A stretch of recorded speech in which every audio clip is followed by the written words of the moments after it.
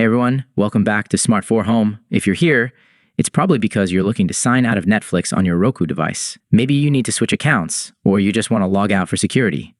No worries, I'll walk you through it step by step. Let's get started. Step 1. Open Netflix. The first thing we need to do is open the Netflix app. Go to your Roku home screen by pressing the Home button on your remote. Then, scroll down and select the Netflix app. Step 2. Navigate to Settings. Once Netflix opens up, navigate to the left side of the screen to open the main menu. You'll see options like Home, Search, and My List. Scroll down to find Get Help or Settings. Not every Netflix app on Roku is the same, so you may see one or the other. Select whichever one appears on your screen. Step 3. Sign out of Netflix. In this menu, you should see an option that says Sign Out. Go ahead and select it. Netflix will then ask if you're sure you want to sign out.